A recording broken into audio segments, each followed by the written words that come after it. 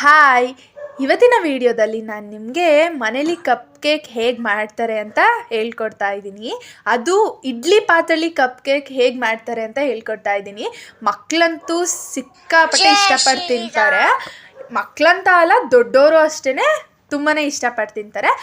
ತಡ ಮಾಡದೆ ಹೋಗಿ ವಿಡಿಯೋ ನೋಡ್ಕೊಂಡು ಬರೋಣ ಬನ್ನಿ. ಅದಕ್ಕಿಂತ ಮುಂಚೆ ಇನ್ನೂ ನನ್ನ ಚಾನಲ್ನ ಯಾರು ಸಬ್ಸ್ಕ್ರೈಬ್ ಮಾಡ್ಕೊಂಡಿಲ್ಲ, ಪ್ಲೀಸ್ ಸಬ್ಸ್ಕ್ರೈಬ್ ಮಾಡ್ಕೊಳ್ಳಿ. ಹಾಗೆ ಪಕ್ಕದಲ್ಲಿ ಕಾಣಿಸೋಂಥ ಬೆಲ್ಲೈಕನ್ನ ಕ್ಲಿಕ್ ಮಾಡಿ.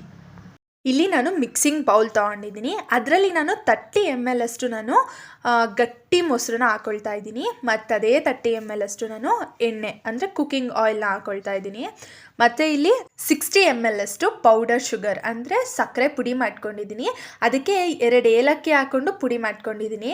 ಯಾಕಂತ ಹೇಳಿದ್ರೆ ವೆನಿಲಾ ಎಸೆನ್ಸ್ ಇತ್ತು ಅಂತ ಅಂದರೆ ಅದನ್ನೇ ನೀವು ಹಾಕ್ಕೊಳ್ಬೋದು. ಇಲ್ಲ ಅಂತ ಹೇಳೋರು ಇದನ್ನು ಫ್ಲೇವರ್ಗೋಸ್ಕರ ನೀವು ಹಾಕ್ಕೊಳ್ಬೋದು.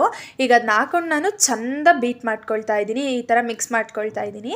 ಯಾಕೆ ಈ ಥರ ಮಿಕ್ಸ್ ಮಾಡ್ಕೊಳ್ಳೋದಂತ ಅಂದರೆ ಕೇಕು ಬೇಕಾಗಬೇಕಾದ್ರೆ ಫ್ಲಫಿಯಾಗಿ ಬರಲಿ, ಅಂದರೆ ಸ್ಪಾಂಜ್ ಆಗಿ ಸಾಫ್ಟ್ ಆಗಿರಲಿ ಅಂತ ಹೇಳಿಬಿಟ್ಟು ಚೆಂದ ಹಿಂಗೆ ಬೀಟ್ ಮಾಡ್ಕೊಳ್ಳೋದು.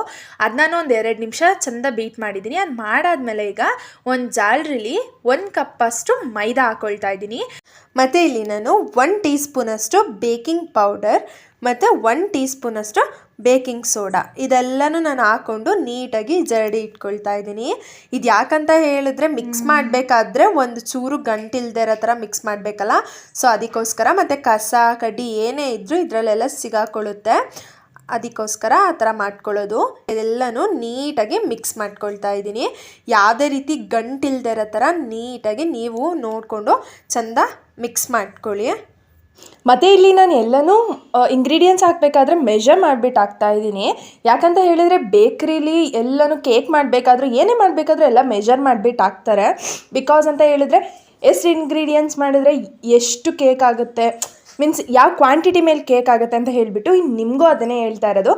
ಈಗ ನಾನು 1 ಕಪ್ ಮೈದಾ ಹಾಕಿದ್ರಲ್ಲಿ ನನಗೆ ಒಂದು 12 to 13 ಕಪ್ ಕೇಕ್ಸ್ ರೆಡಿ ಆಯಿತು. ನೀವು ನೆಕ್ಸ್ಟ್ ಟೈಮ್ ಮಾಡಬೇಕಾದ್ರೆ ನಿಮ್ಗೆ ಇನ್ನೊಂದು ಸ್ವಲ್ಪ ಜಾಸ್ತಿ ಬೇಕು ಅಂತ ಅನಿಸ್ತು ಅಂತ ಅಂದರೆ ನೀವು ಇನ್ನೊಂದು ಕಪ್ ಜಾಸ್ತಿನ ಮೈದಾ ಹಾಕ್ಕೊಂಡೇ ಮಾಡ್ಬೋದು. ಆ ಮೆಷರ್ಮೆಂಟ್ ಕಪ್ಸ್ದು ಲಿಂಕ್ನ ನಾನು ಡಿಸ್ಕ್ರಿಪ್ಷನಲ್ಲಿ ಹಾಕಿರ್ತೀನಿ, ನೀವು ಹೋಗಲ್ಲಿ ಬೈ ಮಾಡ್ಬೋದು. ಇಲ್ಲಿ ನಾನು ಸ್ವಲ್ಪನೇ ಹಾಲು ಹಾಕ್ಕೊಳ್ತಾ ಮಿಕ್ಸ್ ಮಾಡ್ಕೊಳ್ತಾ ಇದ್ದೀನಿ. ಯಾಕಂತ ಹೇಳಿದ್ರೆ ನನಗೆ ಮಿಕ್ಸ್ ಮಾಡಬೇಕಾದ್ರೆ ಕನ್ಸಿಸ್ಟೆನ್ಸಿ ಸ್ವಲ್ಪ ಗಟ್ಟಿ ಅಂತ ಅನಿಸ್ತು, ಅದಕ್ಕೋಸ್ಕರ. ಇನ್ ಕೇಸ್ ನೀವೇನಾದರೂ ಮಿಕ್ಸ್ ಮಾಡಬೇಕಾದ್ರೆ ನಿಮಗೆ ಕನ್ಸಿಸ್ಟೆನ್ಸಿ ಕರೆಕ್ಟಾಗಿತ್ತು, ನಾರ್ಮಲ್ ಆಗಿತ್ತು ಅಂತ ಹೇಳಿದ್ರೆ ನೀವು ಹಾಲೇನೋ ಹಾಕ್ಲಿಕ್ಕೆ ಹೋಗಬೇಡಿ. ಇನ್ ಕೇಸ್ ನಿಮಗೆ ಗಟ್ಟಿ ಅನಿಸ್ತು ಅಂದರೆ ಮಾತ್ರ ಹಾಲನ್ನ ಹಾಕಿ ಮಿಕ್ಸ್ ಮಾಡಿ ಅಂತ ಹೇಳ್ತಾ ಇದ್ದೀನಿ. ಇನ್ ಕೇಸ್ ನಿಮಗೆ ಅದು ನಾರ್ಮಲ್ ಕನ್ಸಿಸ್ಟೆನ್ಸಿ ಇದ್ದು ನೀವು ಹಾಲು ಹಾಕ್ಬಿಟ್ರಿ ಅಂತ ಹೇಳಿದ್ರೆ ಆಮೇಲೆ ಫುಲ್ ತೆಳ್ಳಗಾಗ್ಬಿಡುತ್ತೆ, ಕರೆಕ್ಟಾಗಿ ಕಪ್ ಕೇಕ್ ಬರಲ್ಲ. ಸೊ ಅದಕ್ಕೋಸ್ಕರ ಇಲ್ಲಿ ನಾನು ಟೂಟಿ ಫ್ರೂಟಿ ಹಾಕ್ಕೊಂಡು ಅದನ್ನು ಮಿಕ್ಸ್ ಮಾಡ್ಕೊಳ್ತಾ ಇದ್ದೀನಿ. ಇನ್ ಕೇಸ್ ನಿಮ್ಮ ಹತ್ರ ಟೂಟಿ ಫ್ರೂಟಿ ಇಲ್ಲ ಅಂತ ಹೇಳಿದ್ರೆ ಏನೂ ಪ್ರಾಬ್ಲಮ್ ಇಲ್ಲ, ನಾರ್ಮಲಾಗಿ ಪ್ಲೇನ್ ಕಪ್ ಕೇಕ್ ಮಾಡ್ಕೊಳ್ಳಿ. ಟೂಟಿ ಫ್ರೂಟಿ ನಿಮಗೆ ಇದು ವಿಡಿಯೋ ಬೇಕಂತ ಹೇಳಿದ್ರೆ ಆ ಲಿಂಕ್ನ ನಾನು ಡಿಸ್ಕ್ರಿಪ್ಷನಲ್ಲಿ ಹಾಕಿರ್ತೀನಿ.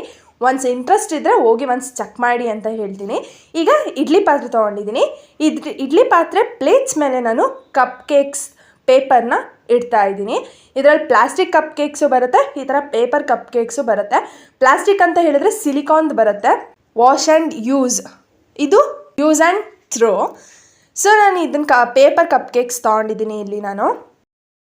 ಈಗ ಅಲ್ಲೆಲ್ಲ ಕೇಕ್ದೆಲ್ಲ ರೆಡಿ ಆಗಿತ್ತಲ್ವಾ, ಅದನ್ನ ನಾನು ಒಂದು ಸೌಟಲ್ಲಿ ಎತ್ಕೊಂಡು ಈಗ ಪೇಪರ್ ಕಪ್ಸ್ ಒಳಗಡೆ ಹಾಕ್ಕೊಳ್ತಾ ಇದ್ದೀನಿ. ನೀಟಾಗಿ ಹಾಕ್ಕೊಳ್ಳಿ, ಒಂಚೂರು ಎಲ್ಲೂ ಕೆಳಗಡೆ ಸ್ಪ್ರೆಡ್ ಮಾಡ್ದಿರೋ ಥರ, ಅಂದರೆ ಬಿಳಿಸ್ಬೇಡಿ. ಬಿಳಿಸಿದ್ರೆ ಆಮೇಲೆ ಸುಮ್ಮನೆ ಇಡ್ಲಿ ಪಾತ್ರೆ ಮೇಲೆಲ್ಲ ಕಚ್ಕೊಬಿಡುತ್ತೆ. ಸೊ ನೀಟಾಗಿ ನೀವು ಎಲ್ಲನೂ ಕಪ್ ಒಳಗಡೆ ಹಾಕ್ಕೊಳ್ಳಿ. ಇನ್ ಕೇಸ್ ನಿಮ್ಮ ಹತ್ರ ಈ ಥರ ಕಪ್ ಇಲ್ಲ ಅಂತ ಹೇಳಿದ್ರೆ ಪ್ಲಾಸ್ಟಿಕ್ ಅಂದರೆ ಟೀ ಲೋಟ ಬರುತ್ತೆ ಗೊತ್ತಾ, ಆ ಪ್ಲಾಸ್ಟಿಕ್ ಲೋಟದಲ್ಲೂ ನೀವು ಮಾಡ್ಕೊಳ್ಬೋದು. ನೀವು ಪ್ಲಾಸ್ಟಿಕ್ ಲೋಟದಲ್ಲಿ ಮಾಡ್ತಿದ್ದೀರಾ ಅಂತ ಹೇಳಿದ್ರೆ ಅದಕ್ಕೆ ಸುತ್ತ ಎಣ್ಣೆ ಸವರಬೇಕು. ಇಲ್ಲ ಅಂತ ಹೇಳಿದ್ರೆ ಆಮೇಲೆಲ್ಲ ಕಚ್ಕೊಬಿಡುತ್ತೆ, ಚೆನ್ನಾಗಿ ಬರಲ್ಲ. ಸೊ ಅದಕ್ಕೋಸ್ಕರ ಹೇಳ್ತಾ ಇದ್ದೀನಿ. ಈಗ ಮೇಲ್ಗಡೆ ಸ್ವಲ್ಪ ಟೂಟಿ ಫ್ರೂಟಿನ ಹಾಕ್ಕೊಳ್ತಾ ಇದ್ದೀನಿ.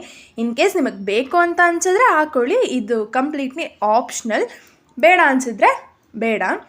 ಈಗೆಲ್ಲನೂ ರೆಡಿ ಆಗಿದೆ. ಈಗ ಇದ್ರ ಲಿಡ್ ಕ್ಲೋಸ್ ಮಾಡಿ ನಾನು ಒಂದು 10 to 15 ಮಿನಿಟ್ಸ್ ನಾನು ಫಸ್ಟು 5 ಮಿನಿಟ್ಸ್ ಹೈ ಫ್ಲೇಮಲ್ಲಿ ನಾನು ಇದು ಮಾಡ್ಕೊಳ್ತೀನಿ.